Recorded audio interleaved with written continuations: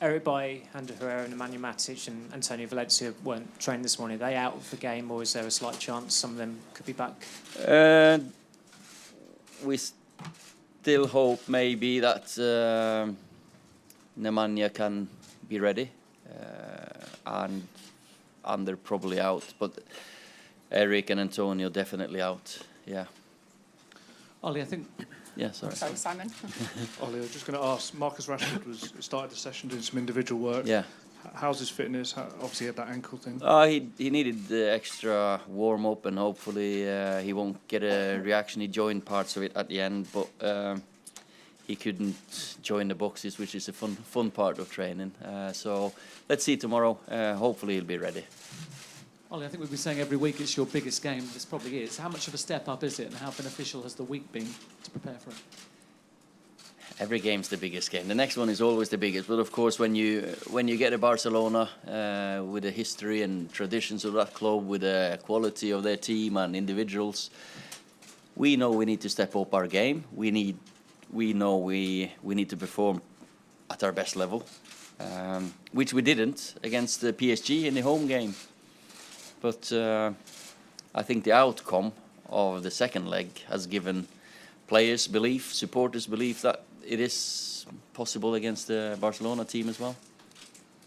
Chris, as a defender, is facing Lionel Messi something to be worried about or something to enjoy?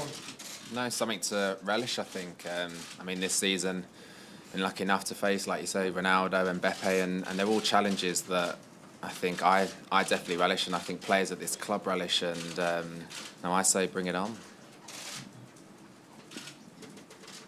Can I speak in Spanish? Can you Spanish? Yeah, yeah. Okay. Is that one? So Yeah. we can... Channel 1. Hola, Ole. Quería preguntarte, hoy nos sorprendió ver a Alexis Sánchez. We were surprised to see Alexis training today. We wanted to know how is he doing, if he'd be able to play, and when could he return? Yeah, first training session today with the team. He's done lots of recovery work and is injury-free. So now he'll step up, train with the team, probably in the squad for West Ham on Saturday, and then let's see how much if he plays. But he's not going to be able to join in tomorrow. Hola, sí, señor Solkjaer, aquí Joan Poquí de Mundo Deportivo. Me gustaría I'd like to ask you if you have prepared a special plan to stop Lionel Messi. Well, what kind of plan can you have to stop one of the best players in the world? I think we, as Chris says, we're looking forward to relish the opportunity. But this season we played against Juventus, Ronaldo, PSG with Mbappe. We've had Chelsea and Neymar, Hazard. Neymar didn't play against us. I think the better an opponent, Suarez as well. Suarez and Coutinho and Messi, they'll keep our defenders on their toes. So let's see how we manage tomorrow. Yeah. Spanish. Okay, Yeah. Hola, mister. Yeah. Buenas. Al señor Solskjaer. Querría preguntar. I'd like to ask you, there's a player who has been in the news recently, it's Paul Pogba, in France football. They have said that they might see him next season in Real Madrid. What do you think his situation is at the moment? Do you think he can stay after the end of the season? Paul is looking forward for tomorrow. He's a Man United player. He's one of our, of course, big performance on a big stage. He knows the game against PSG was not his greatest moment, so he is only focused on playing well tomorrow against Barcelona. And I cannot see him not playing for Man United next season either. Mister. Spanish. Spanish again. Dani Gil para la cadena COPE. Hace unos años Pep A few years ago, Pep Guardiola, when he was manager of Bayern Munich, said that the talent of Messi is unstoppable. Do you think the same as him? You should ask Chris. Have you played against him before? He is a fantastic player, and he will go down in the history as one of the best individual players ever, I have to say. He will be difficult to stop, but it's never impossible. It's not like it's Messi against Manchester United. Suarez, Coutinho, Rakitic, Vidal. There's so many good players. We cannot just focus on one player. We know we have to play against 11 of them. Hi, Ole. You're in a period now where there's a lot of speculation around players, as mentioned, and unsure contract situations. In what way does that affect you and the squad, and is it disturbing in a period like this? Not at all, because we're all focused on this game, and contract talks will just go on with players later. Now everyone's just focused on the game tomorrow, looking forward to it, knowing that we can create a special atmosphere here. Like we played against, not long ago we played PSG, disappointed ourselves, then we played Liverpool. The atmosphere here was unbelievable. And of course we'll need that. We'll need a crowd in a game like this, because that is something special. I know the gaffers spoke about it before, and I've enjoyed those nights playing at Old Trafford on the knockout stage, floodlights, hopefully a little bit of rain will make for a special evening. Hi, Ole Guner. Hey. You played Barcelona here in '98 and drew 3-3. Ferguson said it was a perfect game of football. Do you think it can be a similar story tomorrow? I think there's two teams that do carry goal threats. Of course, there are some fantastic attacking players on display, but then again, there's defenders there that are absolutely quality. So we drew 3-3 away from home as well. So if we could get a 6-6 and a penalty shootout at Nou Camp, I think everyone would be happy. And then, but I wouldn't say that these teams don't score goals. I think both teams have got their in them to score goals, and we know we have to defend well against them to stand a chance, and we will. Ollie, Chris, question to both of you. It's been a little while since Manchester United had a tie like this at the quarter-final stage of the Champions League. What does it mean to both of you personally to be involved in this sort of match again? Well, I think, like you say, you work so hard to get into those Champions League places like last season, and we're working now to obviously get third this season, and these are the ties that you look forward to, and all the hard work in the group stage is what it's about. So we as players, we're all itching just to be on that field and show what we can do. You talked about the belief that the win over PSG has given the team in this competition. Bear in mind where you are in the league at the moment, could getting into the Champions League, could your best bet be winning this competition this season? We have given ourselves a great chance to challenge for the top 4 positions with the results we've had since just before Christmas, and no one would have thought that. Now, of course, Champions League is possible. We can go on to win it, but whoever's going to win this will have some luck, will have some margins, will have to perform at the best. And I wouldn't say winning Champions League is easier than becoming top 4. We're not that far behind top 4 now. Had some great tussles with Barcelona down the years. Have you tapped into his knowledge at all ahead of tomorrow night? Well, I think all my experiences and over the years with Barcelona, watching Barcelona, of course, admiring the team, the quality they've got, you've always looked at what will you do against them. So we're ready, and of course I've discussed Barcelona with the gaffer since we went through and the draw was made, but nothing, no details really. Okay, Neil.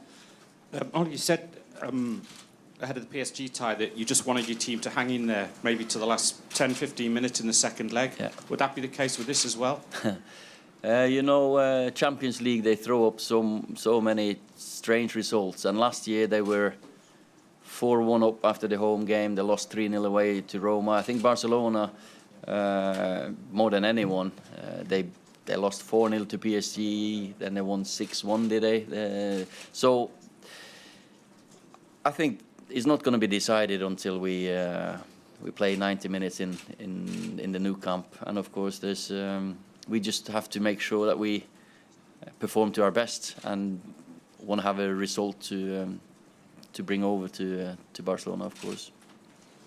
Obviously, after a great start, you had 3 losses in 4 games. Has the mood in the group changed? Question to both of you. And how is the confidence now going into this big game?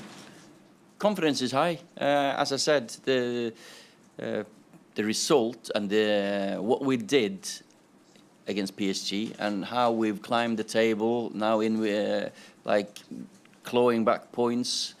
I think the players have given themselves and the supporters great confidence and belief that we can do this. Of course, games, you lose games. We lost a couple of games that we should have won. The Wolves in the FA Cup, that's the one that we disappointed ourselves. But we won games that we maybe didn't deserve to win. So that's just, you cannot control the result. But the players, I can feel the tension, definitely, excitement. Training today and yesterday, you know, you can see that there's players there wanting to play. I felt the mood before the PSG home game was a little bit different, a bit more, because we'd won so many games. I think now we've learned from that PSG game. Players have talked about it, how we got dragged into making fouls, how European football is. You've got to be more, how do you say, patient in your tackles, because some of these players will have some tricks up the sleeve, streetwise players, you know. So we've learned from that game. Chris, that was a long answer. Then you can do the short one. Ole, with that in mind, you talk about them patience and tackles. I think you've got 5 players in your squad that would be a booking away from a suspension for the return. How much does that play in your mind then, in terms of how you set the team up, how you get them to approach, you know, this first leg? I don't think that it doesn't matter if you get a yellow card. If you go for the ball, you go for the ball, and if you don't get it, you get a yellow card. Roy Keane was the best example on how to react if you know you're gonna be out of the next game. What he did in the semi-final before the final. But then again, we know we can't give fouls away. How many goals has Messi scored free kicks from just outside the box? So of course we've got to be careful. Of course the referees can't buy little things. We weren't lucky with the ref against PSG, where they should have had a man sent off. So we just hope for some luck there as well. Ole, you mentioned Paul earlier not having a great moment against PSG in the previous game. Is this the kind of game and stage where you want him to inspire and lead like Messi does for Barca? Yeah, you know, it's not about one player standing. Everyone has to perform at the best level. But at Paul's best, he can run a game like this. And that's what you expect for him, that he really puts his stamp on a game like this. Yeah, I expect Chris to defend really well. That's his job. Paul's job is to be the creator, you know, when we win the ball, that he drives forward. So, of course, I expect him to perform tomorrow. Okay, last 2 questions. One here, and James. Buenos días. El último sábado. Last Saturday, you watched the Atletico against Barca game. Do you think it would be good to stay in the game until the last few moments? Do you think it's very important to keep them as far away from your goal as possible with a view on the second leg? Of course, we want to. I thought Atletico Madrid played really well the first half an hour before they got the sending off.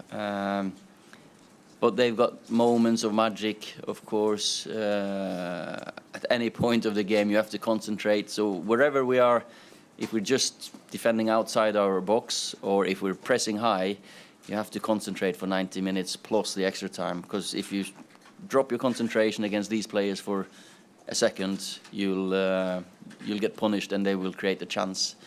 So it was nice. It was good to go there to see live. It always is. And I know that we will give it a go. Para Ole, tú coincidiste con Gerard Piqué. You were with Gerard Piqué at United. What memories do you have of Piqué, and how do you think he's changed And what influence do you think he has in Barca? And why don't you think he managed to make the best of himself here at Manchester United? Gerrard, I used to play with him. So I played here in a reserve final at Old Trafford. I scored, Gerrard scored. We won 2-0 against Tottenham. Kieran McKenna played, our coach played in that game. So I don't know if that tells you how young I am or how old Gerrard is. It depends. You can translate that as you want, but he was a fantastic boy. He came to United as a young boy. We had lots of belief in him. Him and Giuseppe Rossi came together. He was maybe unlucky because he was here when arguably one of the best centre-back partnerships in the world with Rio and Nemanja Vidic played here. So he didn't get the chances that he probably deserved. So cultured, can read the game, great in the air. Very good boy to have in the dressing room, with always smiling, joking, great lad. I know he's not fond of needles, so maybe we should put a needle out for him. I'm just happy to have seen how he progressed in his career and how many trophies he's won, and it'll be nice to meet him again. It's a few years ago since I've seen him, so but hopefully we can make him feel old and not me young. Last question. Chris, the man just talked about belief. I don't think anyone in the room thought you'd be sat here talking about a quarter-final when PSG were drawn out the hat. You beat them. What did that do? He took the belief. What did it do about thinking that you should be here, you deserve to be here, and you could spring another surprise? Yeah, I think we showed what a collective and what the work that we've done over the last few months, that it can result in performances against the best teams in the world. So we was all watching the draw before we were going out for training, and when we saw it was Barcelona, you could see the smiles on people's faces because it's another challenge put in front of us, and we'll go head on. Okay, thank you everyone. Thank you. Hasta mañana.